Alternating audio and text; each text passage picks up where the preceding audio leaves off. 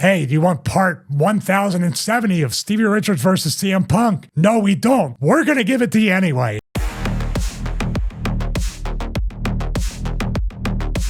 Scott Hall. Scott Hall. Depending on, and a lot of these are going to depend on if they're one-on-one or with their buddies, with the group, with the clique, whoever it is. One-on-one Scott Hall, I would call an A. And then when he's around the other wrestlers or the other people or in public, he can be anywhere from a B to a C. Never a D. Never just a mean person. But sometimes when he's around them, very condescending, very arrogant.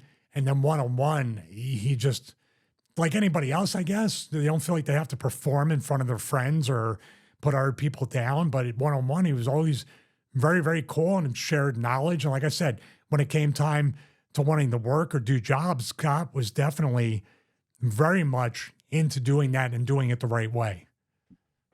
The next one, I don't know, is your buddy, Kane. S. Yeah. S. Absolutely. And not just with me. I'm talking about he would talk to certain people. He would give advice just to talk and say hello and be very courteous to people, no matter who they are.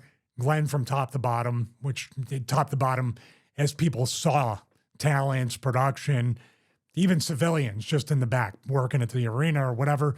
Glenn was very, very, he's one of the few that are genuine and made it in politics at the same time. Goldust. Oh, S. Absolutely. Absolutely. Is it me? Is Dustin, because when he's on interviews, especially more recently, he's always really, really intense. Or it feels that way to me. There's something about him with, we talked about it before. I think social media sometimes grates him to a point where he gets very, very intense. So I'm saying, like when he answers certain things on social media and he comes back at people and you can believe whatever you want to believe or disbelieve. That's not the point. But I think that sort of, ever since I haven't been on social media and frequently forget that I have accounts, I'm a lot better off, a lot more focused on work and not focused on the negative stuff. And I think that's what brings out that intensity. But one of the kindest, most understanding, most giving people, and one of the hardest workers that I still believe, even at what people think to be an advanced age in wrestling, should be figured in on a television program. He's awesome. He is that. He's one of those few people whose work has only pretty much gone up trajectory. You're talking about Canadian destroyers to Code Reds and all these other different things that, a 6'6", 250-pound dude shouldn't do. Next one is The Rock. The Rock, I would say A. There is some kind of political nature to it, but he's always been very nice, very courteous. He's a guy that's going to be successful in politics one day if he ever wants to get into that. So I would say probably around an A. I've never seen outside of the pack when we were talking about that match on SmackDown where he wanted me to clothesline him over the railing. And we kind of, outside of that, I've never had a crossword with him. So personally, I would say it's an A. Stone Cold Steve Austin. I would say now much nicer, but figured into the business and protecting your brand. And this goes along with a lot of stuff with characters. There's an inherent intensity and paranoia that's put in. And when you're higher on the card, and I'm not saying he's a paranoid guy, although they did play that up on TV at one point, which he did a great job. I would say Steve can be between a B and an A, depending upon what the situation. Everybody's going through something, James. So everybody can go between an A and a D, depending upon if they're going through a rough patch. But Steve always, I'll say this about Steve, no BS. No politics if he's talking to you. If he feels a certain way, and he had the cachet to do that at a certain point, he'd tell you exactly how he felt about something, whether it's creatively, something you did in the ring, something you did with him. He was very, very honest and blunt about that. The locker room leader, The Undertaker. You know what? I never dealt with Taker enough to even know. I wouldn't even be able to rate it. Okay, that's a mystery. That's a mystery to me. Nice, not nice, whatever he is now in the locker room. Just somebody who didn't feel like he was very approachable to me, at least. So if that means anything. Randy Orton. Oh, Randy, I'd still say same thing as Austin. Most times with me, he was an A, but situations, and you give guys their space too. If stuff's going on at home, they're on the road. So it's not a personal thing, but there would be certain times where Randy was not approachable. So I would say when Randy wasn't going through stuff, he was an A, not an A like an, A hole, an A in a good way. If he was going through stuff, which I witnessed from afar, or some kind of strife in his life, he could be as low as a C as being approachable.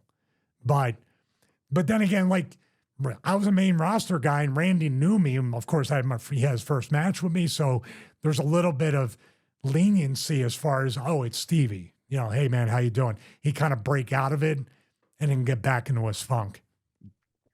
Next one, Edge. Edge, always an A. Always an A. Now, here's the thing. I never worked with Edge.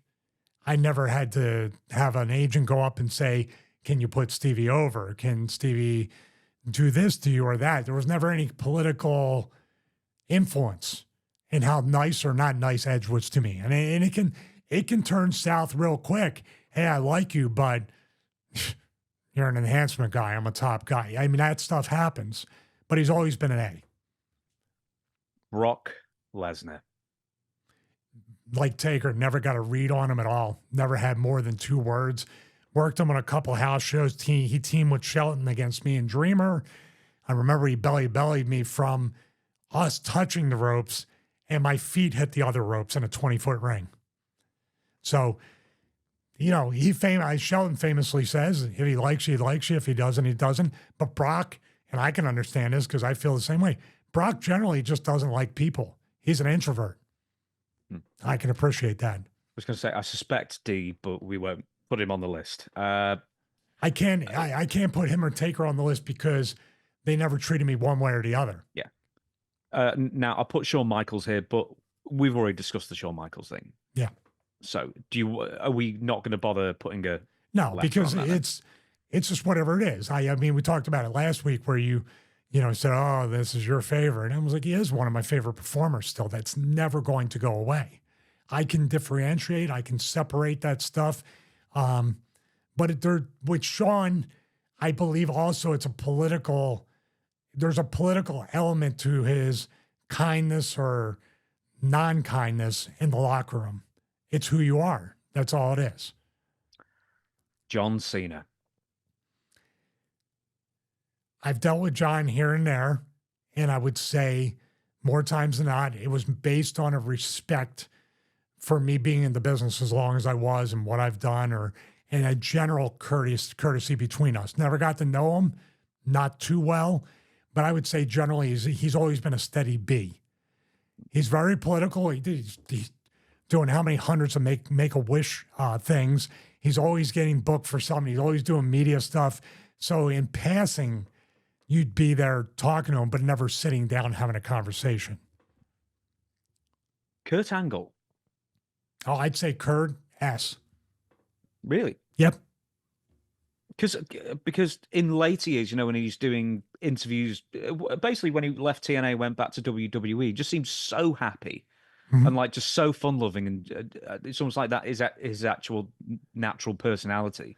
He just seems like just such a lovely dude. Oh, what does he have to worry about? If you give him a problem, it's going to be solved. You think Spivey was bad, Mike Blackwell, don't it? You better sell for Kurt Angle. What I'd say is Kurt's gone through his stuff with his demons too. So there could be elements of Kurt checked out a little bit and not be with it, during those times, but never unfriendly or belligerent or anything like that. He's always been I hate to say this word, but we use it in wrestling. He's always been a sweetheart. Really, when it comes down to that. And then once again, we talk about Kurt Angle is an Olympic gold medalist that could tear you apart even at 10% intensity and was smooth. And if Kurt Angle doesn't hurt you, what's our excuse? I'm not going to give you the full list of these because I think this has got a part 2 written all over it. So next one is Rob Van Dam. Rob's an A. Yeah. Never, I mean, I'm giving it context of people that I with Taker and Brock never had any personal dealings with them at all. Maybe a little bit of professional here and there. Then people that I've been friendly with, but haven't hung out with or be friends with. Rob is one of those people. Friendly, talk, fine, always wondering how he's doing, want tons of success for him and people in that category of what we're talking about, but never friends, hung out, went to the movies together, any of that stuff. So that's why I put him in an A and not an S. Chris Jericho. I'd say Chris, who I've dealt with on, many, many matches, probably a B. Chris can be friendly, but there's always an air of, at times with me, I felt like a condescending tone. Like, hey, it's so cool. I get to work with you on Heat and come down here to work this show and not have to worry about even having a good match. And when top guys come down here to work Heat, we feel like there's no pressure working guys like you. That's the kind of thing.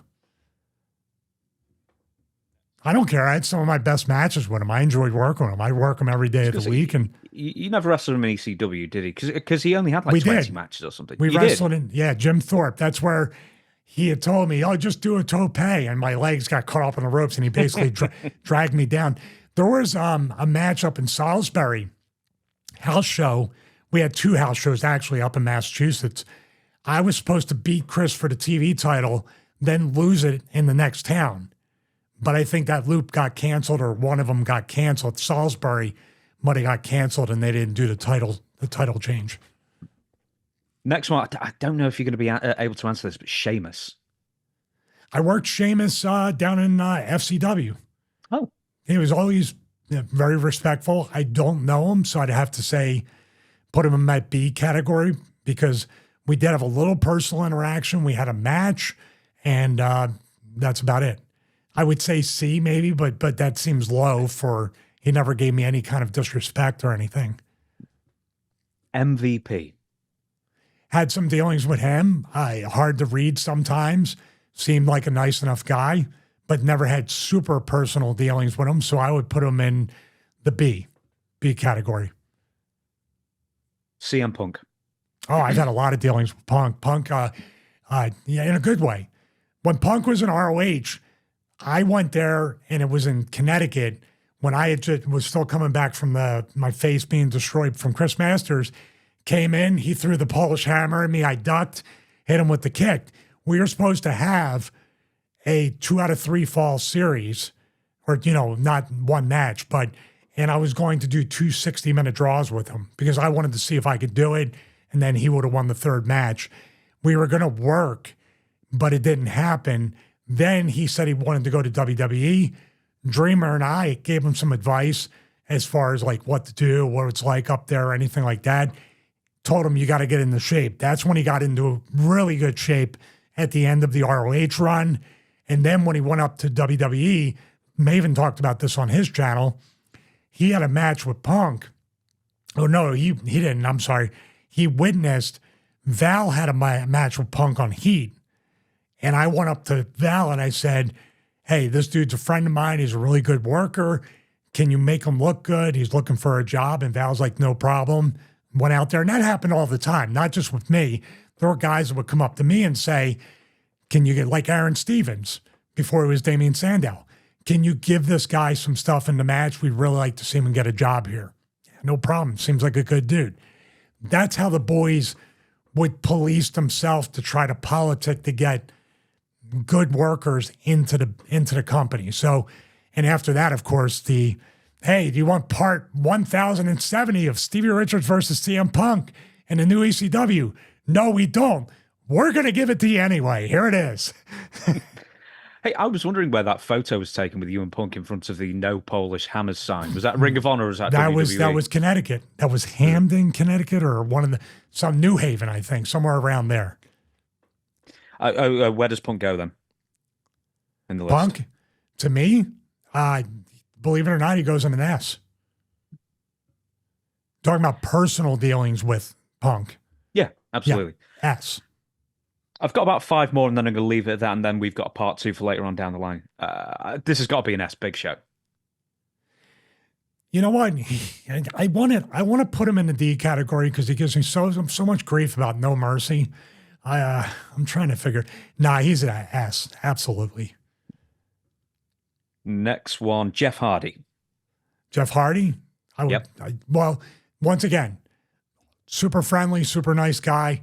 Never tight with him as friends, but really one of the people I'd like to be around in the locker room. Nice guy, so I'd put him in a B. That's the only thing that the tier from B or A to S is people I'm personally like really good friends with. So, and if you have the other Hardy there, Matt, I'm a lot more friendly with. I'd put him in the S category. It's funny you read my mind that was exactly who I was going with next. I mean, come on, Hardy Boyz, you know. Rey Mysterio. Never personally dealt with him as far as a personal, but being around him and being around him and seeing his personality, never nothing but a nice guy, never anything but a professional. I was tighter with Eddie than anybody in that group as far as that's concerned. Eddie would go in the S if Eddie's name's in there. Yeah, well, you keep predicting him. He was the next one. Oh, Ray I would call in the B category only because I didn't have very limited personal interactions with him. Actually, I had more interactions with his son because we had the big BWO big wheels that we rode down at Great American Bash. And Benoit's kid, David. David yeah. and Dominic were riding the big wheels with him. So there. Was this before or after he was hung from a pole for custody of Dominic? You know what? I don't know exactly what we're talking about. The Great American Bash Buffalo, where we wrestled the Mexicals, and Dominic was back there. So I don't know exactly when, but that's a little Easter egg. Very quick, we need to do. Obviously, we've got to do a deeper dive on Eddie Guerrero, but just very briefly, as you said, Eddie is in the S category. He is because he's one of the kindest. Just the aura and the energy that Eddie gave off. Now I said Eddie had a temper, so if the match went sideways and there was people that he would get in the fights with, including Chris Benoit after a one night stand, not fist fight, but if you watch that match, it was tougher than shoe leather. And I remember being back there and they were just kind of like talking like what went wrong out there, stuff like that. And that's a great idea for a smartboard segment back in like 2005, 6. But Eddie just had such a great heart. Eddie would tell me just when I needed to hear it the most, if he saw I was down, he would put his hand on my shoulder, not ask me to put anybody over after that, like Arn, but he would put his hand on my shoulder and he goes, "Hey, Stevie, I love you." And it was just, and then there were certain things with, you can believe whatever you want to believe. Eddie had his Bible with him. I would ask questions because I was very kind of in and out on my faith. And I would just ask him questions and he would sit with me and talk with me and say, and then sometimes I would say, "Man, I'm such an F up and I feel like I'm not doing anything right." And he would just give me the right amount of advice and encouragement mixed with an ear and listening that would just be the right mix. And they're going to make me cry because I miss him. Well, I think we need to do something more with Eddie Guerrero in a very future episode. Take a shot. I promise you we will. But that's something we'll do in the near future. I promise you we will, so we can celebrate the life of Eddie. We didn't have any D's, so can I suggest Mark Carano? Mark Carano? Yeah. Well, here's the thing with Mark. Absolute power corrupts absolutely. Because when Mark was the guy that was handling the autograph sessions and all the media and anything that like Adam Hopkins did it. That was the name I was trying to remember. And now he's in AEW. Those guys did great work. Whenever he started to morph into that, he became the position and that person or whatever it was. Maybe he always was that person. He was just hiding it until he got there. But in his talent relations role, the only thing I dealt with Mark was that Royal Rumble story. "Hey, Glenn, tell Stevie to call me." I call and leave a message. he tells Glenn, tell Stevie to call me again, and makes me play that game. So from reputation and from what he did to one of the nicest people I've met in the business, Mickey James, with the trash bag BS, yeah, I put him in a D.